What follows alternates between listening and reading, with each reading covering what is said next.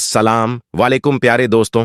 मुफ्ती सलमान अजहरी किसी तारीफ के मोहताज नहीं है। 4 तारीख यानी कि 4 फरवरी मुफ्ती सलमान अजहरी साहब को पुलिस वालों ने गिरफ्तार कर लिया था। मामले का खुलासा क्या है, आखिर किस वजह से मुफ्ती सलमान अजहरी साहब को गिरफ्तार किया गया था और इसके पीछे किन लोगों का हाथ है और आखिर किन लोगों ने यह सब काम किया है, ये तमाम मामला आपके सामने पेश करने वाला हूं। और किन बातों की वजह से यह पूरा बखेड़ा खड़ा हुआ है, बस आपसे गुजारिश है कि आप इस वीडियो को ध्यान से आखिर तक जरूर देखिएगा। इसी तरह की इस्लामिक घटनाओं और वाक्य से रूबरू होते रहने के लिए आज ही सब्सक्राइब करें हमारे चैनल इस्लाम हिस्ट्री को और साथ ही बेल आइकॉन को प्रेस करें। दोस्तों, मुफ्ती सलमान अजहरी साहब का एक प्रोग्राम होता है जूनागढ़ में, और ये जूनागढ़ में 31 जनवरी को प्रोग्राम होता है।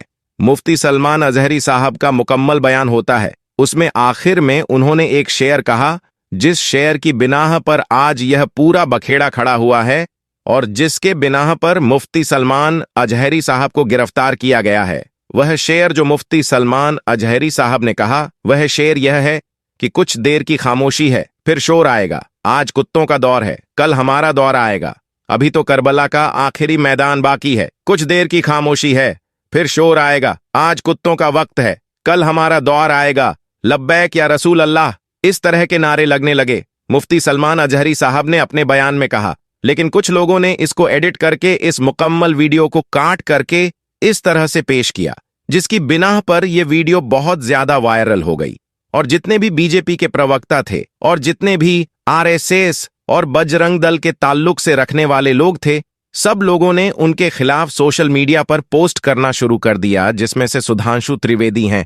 उन्होंने अपनी एक ट्वीट में कहा, क्या इसे हेट स्पीच नहीं कहा जाएगा, लेकिन अगर कोई हिंदू उसे अपनी भाषा में जवाब देगा तो उसे हेट स्पीच कहा जाएगा। कि सुधांशु त्रिवेदी जो कि बीजेपी के प्रवक्ता हैं, जो कि बड़े नेता हैं, उन्होंने ट्वीट किया, जिसके बाद मुफ्ती सलमान अजहरी पर कार्रवाई होने की मुकम्मल तौर पर बात हो गई और गुजरात एटीएस और मुंबई एटीएस की टीम ने मुफ्ती सलमान अजहरी साहब के घर पर मुकम्मल मुफ्ती सलमान अजहरी साहब ने ट्वीट किया कि 20 से 30 लोग हमारे घर पर आते हैं और हमें गिरफ्तार कर लिया जाता है। और दोस्तों, गिरफ्तारी की डेट मुफ्ती सलमान अजहरी साहब बताते हैं कि 4 तारीख दूसरा महीना 2024 हमारी गिरफ्तारी होती है। अब मुफ्ती सलमान अजहरी साहब ने इस मामले में क्या कहा है, वह भी आपको सुनाना बेहद जरूरी है। मुफ्ती सलमान अजहरी साहब ने कहा है कि बीजेपी के राष्ट्रीय प्रवक्ता सुधांशु त्रिवेदी ने हमारे बयान पर ट्वीट किया है और कहा है, हम हिंदुओं के खिलाफ नफरत फैलाने का काम करते हैं। बयान में कविता का जिक्र है जिसे आपको ध्यान से सुनना चाहिए। और आगे मुफ्ती सलमान अजहरी साहब ने उसे ट्वीट किया कि पूरे बयान में कहीं भी हिंदू शब्द नहीं आया और ना ही हिंदू शब्द का जिक्र किया गया है और ना ही इसमें किसी समूह पर निशाना साधा गया है। लेकिन बीजेपी के प्रवक्ता सुधांशु त्रिवेदी ने इसमें जबरन हिंदू शब्द डाला है और हिंदुओं को कुत्ता कहा है। इसलिए सभी हिंदुओं को इस नफरत फैलाने वाले प्रवक्ता के खिलाफ कार्यवाही करनी चाहिए, मुफ्ती सलमान अजहरी साहब ने यह कहा है। तब हैरानी की बात तो यह है दोस्तों कि आज अगर हम करबला की बात करें, मुफ्ती सलमान अजहरी साहब ने तो यही कहा था ना कि अभी तो करबला का आखिरी मैदान बाकी है। अगर हम अपनी किसी और मजहबी चीजों का जिक्र करें तो हम पर पाबंदी लग जाती है और साथ ही साथ गिरफ्तारी भी हो जाती है। लेकिन आजकल जितने भी आरएसएस हैं और बजरंग दल वाले हैं, खुलेआम मुसलमान को काटने पीटने की धमकियां देते रहते हैं, लेकिन उस पर कोई कार्रवाई तक नहीं होती है। गिरफ्तारी को छोड़ दीजिए, जैसे अभी टी राजा, बहुत सारी वीडियो हमने देखी हैं और आपको भी वीडियो बनाकर दिखाया जाता है, जिसमें टी राजा ने खुलेआम मुसलमानों को मारने पीटने की धमकी देता है। मुसलमानों की बहनों बेटियों को टारगेट करने के बारे में कहा जाता है, लेकिन इसके बावजूद भी बीजेपी के प्रवक्ता टी राजा आरएसएस से जो जुड़े हुए हैं उस पर कोई कार्यवाही नहीं होती है। दोस्तों, टी राजा जो कि दिन ब दिन हमेशा भड़काऊ बयान देता है, उस पर कार्यवाही आज तक क्यों नहीं हुई? लेकिन यही मुफ्ती सलमान साहब जो किसी हिंदू का नाम तक नहीं लिया है और ना ही किसी मजहब को टारगेट किया है, लेकिन इसके बावजूद मुफ्ती सलमान अजहरी साहब को गिरफ्तार कर लिया जाता है। मुफ्ती साहब के बारे में बात करते हैं। मुफ्ती साहब अभी गुजरात के जिला कच्छ में हैं। वहां की कोर्ट ने उन्हें 3 दिन की कस्टडी का हुक्म दिया था। अब सब जानते हैं जूनागढ़ से उनको जमानत मिल गई है, लेकिन जूनागढ़ के बाद में जो एक एफआईआर उनके ऊपर और थी जो बेबुनियाद है बिल्कुल। एक पता नहीं कौन है वह सूफी है, मैं उसका नाम भी नहीं लेना चाहता। वीडियो रिपोर्ट के मुताबिक बता रहा हूं कि इन्होंने एफआईआर कराई थी कच्छ से, और पता क्या कहा था कि उनके पाकिस्तानी कनेक्शनों की जांच की जाए, ये पाकिस्तान की एजेंट है। अरे भाई, इतना क्या क्या इन्होंने कहा मुफ्ती साहब के बारे में। अल्लाह इन्हें हिदायत अता फरमाए। पूरा हिंदुस्तान, पूरी दुनिया यार मुफ्ती सलमान अजहरी के मतलब चाहने वाले हैं लोग। कोई एक ऐसा आदमी निकल कर आता है और उनके खिलाफ एफआईआर कर देता है, शर्म आनी चाहिए। मेरी अजीज मुफ्ती साहब अभी गुजरात के जिला कच्छ में ही है। आज तीसरा दिन है, जो कस्टडी 3 दिन की रखी गई थी, 3 दिन की कस्टडी में और उनको रखा गया था। आज तीसरा दिन है। दुआ कर दे मेरे भाइयों, मेरी बहनों, आप दिल से दुआ कर दे उनके लिए। अल्लाह ताला आज शाम तक उनको जमानत वहां से भी मिल जाए और वो रिहा होकर अपने घर पहुंच जाए। इंशाअल्लाह जैसे ही मेरे पास रिहाई की अपडेट आ जाएगी, इंशाअल्लाह मैं आपको बता दूंगा। बिल्कुल उनके लिए दुआ करें, दिल की गहराई से दुआ करें। मेरे अजीजों, जब भी मुफ्ती साहब की तरफ मेरा ध्यान जाता है मैं बद्धा गमगीन हो जाता हूं। और मैं नहीं, मुझ जैसे मेरे हजारों भाई बहन वाकई मुफ्ती साहब का जब भी नाम जुबान पर आ रहा है वह इमोशनल हो जा रहे हैं, क्योंकि बेगुनाह है वो, उन्हें बेबुनियाद फंसाया गया। मेरे से अल्लाह रहम फरमाए। यह बहुत ही ज्यादा हैरानी की बात है दोस्तों। चिराग नगर की लगभग 20 से 30 पुलिस वाले मुफ्ती सलमान अजहरी साहब के घर जाते हैं और सारे के सारे मिलकर के मुफ्ती सलमान अजहरी साहब को गिरफ्तार कर लेते हैं। और मुफ्ती सलमान अजहरी साहब को अब गुजरात एटीएस की टीम के हवाले कर देंगे, और साथ ही साथ मुफ्ती सलमान अजहरी साहब को कल कोर्ट में पेश किया जा सकता है, जिसके बाद मुफ्ती सलमान अजहरी साहब को अपनी बातें पेश करनी होगी। अब मुफ्ती सलमान अजहरी साहब ने यूट्यूब के लिए क्या कहा है वह आप बागौर सुने, जिसमें वो यही कहते हैं कि मैंने अपने शेर में किसी कौम को टारगेट नहीं किया है। भारतीय उत्तर प्रदेश के शहर बनारस में गंगा नदी के किनारे हिंदुओं का पवित्र मंदिर काशीनाथ के करीब भारत की अकेली मस्जिद है, जिसका नाम संस्कृत में है बाबरी मस्जिद की तरह झानवापी का नाम। इस मस्जिद को हिंदू शहीद क्यों करना चाहते हैं? इस मस्जिद के साथ मौजूद कुएं में विश्वनाथ मंदिर के पंडितों और पुजारी को जिंदा दफन क्यों किया गया था? इन तमाम सवालों के जवाब आप जान सकेंगे आज की इस वीडियो में। दोस्तों, अक्सर हिंदू बादशाह औरंगजेब आलमगीर को मजहबी तौर पर दुश्मन बादशाह समझते हैं। उनके मुताबिक औरंगजेब ने विश्वनाथ मंदिर को हटवाकर यह मस्जिद तामीर करवाई थी, जिसकी वजह से वह बताते हैं कि बागी पेशवा को फरार होने में मदद देने पर बादशाह ने सजा के तौर पर इस मंदिर को गिरवाकर यहां यह मस्जिद तामीर करवा दी। मंदिर को गिरवाकर मस्जिद बनाने का यह प्रोपेगेंडा ऐसा बयान किया जाता है कि हिंदुस्तान में रहने वाले जनता बादशाह औरंगजेब मंदिर को गिरवाने वाला और हिंदुओं का दुश्मन समझने लगी है। हालांकि असल हकीकत इसके बिल्कुल उलट है, तो खुद हिंदू मजहब की किताबों में मौजूद है, लेकिन लोग असल कहानी आम लोगों से छुपाते हैं और एक आम इंसान उनके झूठे इल्जाम को सच मान लेता है। सन 1669 में औरंगजेब आलमगीर एक फौजी कैंपेन पर अपनी लश्कर के साथ बंगाल की तरफ जा रहे थे। जबकि लश्कर वाराणसी की इस जगह से गुजरने लगा तो फौज में मौजूद हिंदू राजाओं ने कहा कि एक रात के लिए लश्कर को इस मंदिर के आसपास ठहरने का आदेश दिया जाए, ताकि हिंदू रानियां काशीनाथ मंदिर में अपनी मजहबी रस्में पूरी कर सकें। बादशाह ने फौरन उनकी बात मान ली और लश्कर को सेफ्टी के लिए वाराणसी के चारों तरफ 5 मील तक फैला दिया गया। रानियां पालकियों में बैठकर गंगा में उतरी, मजहबी रस्में अदा करने के बाद विश्वनाथ मंदिर में पूजा पाठ के लिए चली गई और फिर शाम को यह तमाम रानियां वापस लौट कर आ गईं, लेकिन कच्छ के राजा ज्ञान सिंह की रानी और इसकी 2 दासियां वापस नहीं आई और यह मंदिर में ही कहीं गायब हो गई। रानी के गायब हो जाने पर हर तरफ अफरा तफरी मच गई। यह खबर सुनकर बादशाह न सिर्फ अपने सिपाहियों को बल्कि राजाओं के साथ खुद भी इस रानी की तलाश में निकल पड़ा। और दोस्तों, बहुत ही छानबीन के बावजूद कुछ पता न चला कि रानी को जमीन निगल गई या फिर आसमान खा गया।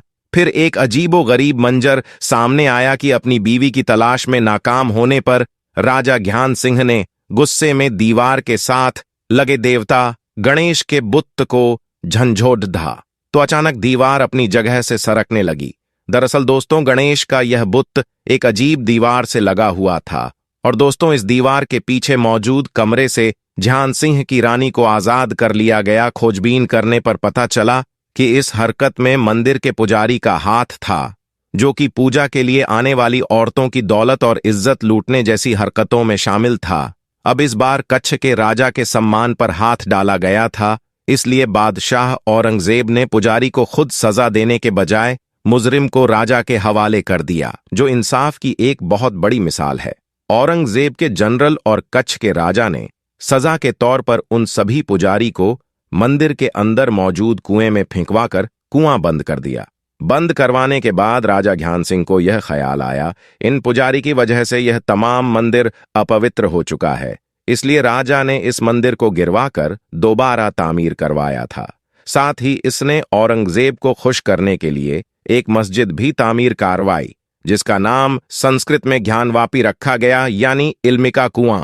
हिंदू मजहब के लोगों के नजर में 3000 मस्जिद ऐसी हैं जिनको वह किसी ने किसी तरह अपने कब्जे में करना चाहते हैं, लेकिन इनमें 3 मस्जिद खास हैं: अयोध्या के बाबरी मस्जिद, बनारस की ज्ञानवापी मस्जिद और मथुरा की जामा मस्जिद। ईदगाह बाबरी मस्जिद की शहादत के बाद इंडिया में लॉ ऑफ लिमिटेशन पास किया गया, जिसके अनुसार 15 अगस्त 1947 के बाद जो इबादतगाह जिस रूप और जिस जगह पर मौजूद है, वह इबादतगाह वहीं पर मौजूद रहेगी। याद रहे दोस्तों, यह लोग दुनिया के हर एक आजाद देश में लागू है, लेकिन कुछ हिंदुओं का यह भी कहना है कि कानून उनके नजरिए से गलत है और यह कानून हिंदू देवताओं पर लागू नहीं होता है और ना ही उन जगहों पर जहां उनके देवताओं की निशानियां मौजूद हैं। मतलब दोस्तों, यह है कि कोई भी इंसान किसी भी देवता की मूर्ति या पत्थर काट कर रख दें और उसे अपनी मिल्कियत बता सकता है, चाहे उसका मालिक सदियों से वहां रहता हो।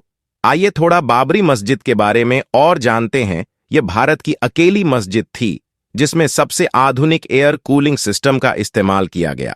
इस मस्जिद में ऐसी तकनीक इस्तेमाल की गई जिसके अंदर कभी गर्मी महसूस नहीं होती थी। बहुत कम लोग जानते हैं कि बाबरी मस्जिद को बनाने के लिए अयोध्या में कई भट्टे स्थापित किए गए, जिनमें खास तरह की ईंटों को बनाया जाता था। इस मस्जिद को बनाने के लिए जिन ईंटों का आविष्कार किया गया, वह आज पूरे भारत में इस्तेमाल की जाती है। आपको यह जानकर शायद हैरानी हो कि बाबरी मस्जिद कभी अयोध्या की सबसे ऊंची इमारत में से एक थी। एक समय इसमें पहुंचने के लिए बड़ी बड़ी सीढ़ियों का सहारा लेना पड़ता था। बाबरी मस्जिद में बनी मेहराब 200 फीट ऊंची थी, जिसे अजान के लिए काम में लाया जाता था। बाबरी मस्जिद भारत की अकेली मस्जिद थी जिसमें वॉइस रिफ्लेक्शन टेक्नोलॉजी का इस्तेमाल किया गया। बाबरी मस्जिद को इस तरह से डिजाइन किया गया था कि अगर कोई इसके गुंबद के नीचे खड़े होकर बोलना तो उसकी आवाज पूरी बाबरी मस्जिद में सुनाई पड़ती। यह अयोध्या की सबसे बड़ी जामा मस्जिद थी। अंग्रेज गवर्नर लॉर्ड विलियम बेंटिक भी बाबरी मस्जिद की तारीफ किए बिना ना रह सका। इतिहासकारों की माने तो मीर बाकी ने बगदाद से वजू करने के लिए एक आधुनिक वॉश बेसिन मंगवाया, जिस पर खड़े होते ही पानी निकलने लगता था। यह वॉश बेसिन कई सालों तक बाबरी मस्जिद में इस्तेमाल किया जाता रहा। इसकी खोज मशहूर मुस्लिम वैज्ञानिक इस्माइल ऑल जजरी ने की थी। अल-अज़्ज़ारी दुनिया का पहला वैज्ञानिक था जिसने सबसे पहले क्रेन सॉफ्ट को ईजाद किया, जिसके बगैर आज किसी इंजन को नहीं चलाया जा सकता। उसे फादर ऑफ रोबोटिक्स भी कहा जाता है। 3 गुंबदों पर बनी बाबरी मस्जिद में एक कुआं भी मौजूद था, जिसे शिफा वाला कुआं कहा जाता था। ये कुआं बाबरी मस्जिद के शहीद होने से पहले तक पानी देता रहा। 19वीं सदी तक इस वजू करने के लिए इस्तेमाल किया जाता था। बाबरी मस्जिद के सहन में मौजूद इस कुएं का इस्तेमाल हर धर्म के लोग करते थे। बहुत कम लोग जानते हैं कि बाबर ने भारत में 4 मस्जिदें बनवाई, जिनमें से एक बाबरी मस्जिद थी। घाघरा नदी के किनारे बनी इस मस्जिद को बनाने के लिए बाबर ने पत्थर काटने वाले 1500 इंजीनियर बुलाए थे। बाबर को आधुनिक टेक्नोलॉजी से बेपनाह मोहब्बत थी। उसने अपने दौर के सबसे आधुनिक हथियारों का इस्तेमाल किया। बारूद और टॉप बनाने के तरीके बाबर ही भारत लेकर आया था। बाबर ने बाबरी मस्जिद में नमाज पढ़ने के लिए ईमान भी रखे हुए थे, जो सदियों तक इस्लाम की तकलीफ का काम करते रहे। बाबर ने बाबरी मस्जिद को बनवाया तो लेकिन उसे देखना कभी अयोध्या नहीं आ पाया। बाबरी मस्जिद की तामीर पूरा होते ही उसकी मौत हो गई। कहा जाता है कि बाबर अयोध्या को मुगल सल्तनत का सबसे ताकतवर केंद्र बनाना चाहता था। यही वजह है कि उसने पूरी ताकत लगाकर अवध रियासत को मुगल सल्तनत का हिस्सा बना दिया। अयोध्या को पहचान दिलाने में बाबरी मस्जिद का बड़ा किरदार रहा।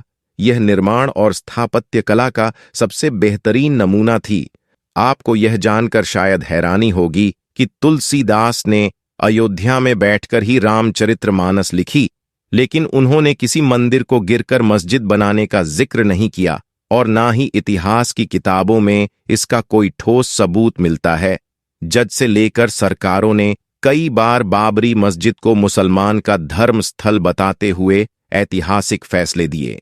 1949 में सिविल जज ने बाबरी मस्जिद को मुसलमान की मुलाकात बताते हुए कहा कि इस पर मुसलमान का हक है और यह एक मस्जिद है जिसका निर्माण बाबर ने करवाया था।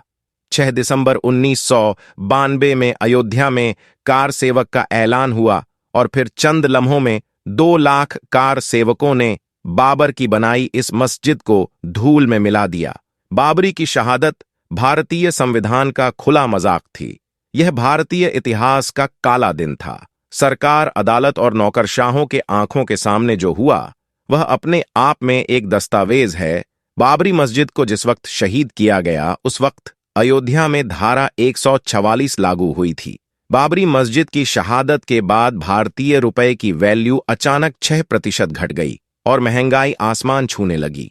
बाबरी की शहादत पर बेरोजगारी इतनी बढ़ी कि आज तक उसे कम नहीं किया जा सका।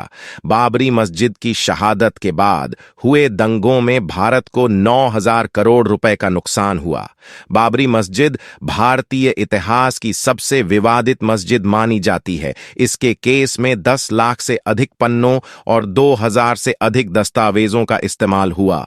तो प्यारे दोस्तों, आज की इस वीडियो में बस इतना ही। अगर ये वीडियो आपको अच्छी लगी हो, वीडियो पसंद आई हो, तो वीडियो को लाइक करें, शेयर करें।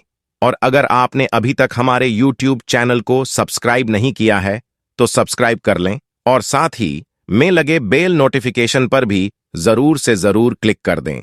तो दोस्तों, इंशाअल्लाह मिलेंगे फिर किसी नई वीडियो के साथ। तब तक के लिए अस्सलाम वालेकुम, अल्लाह हाफिज।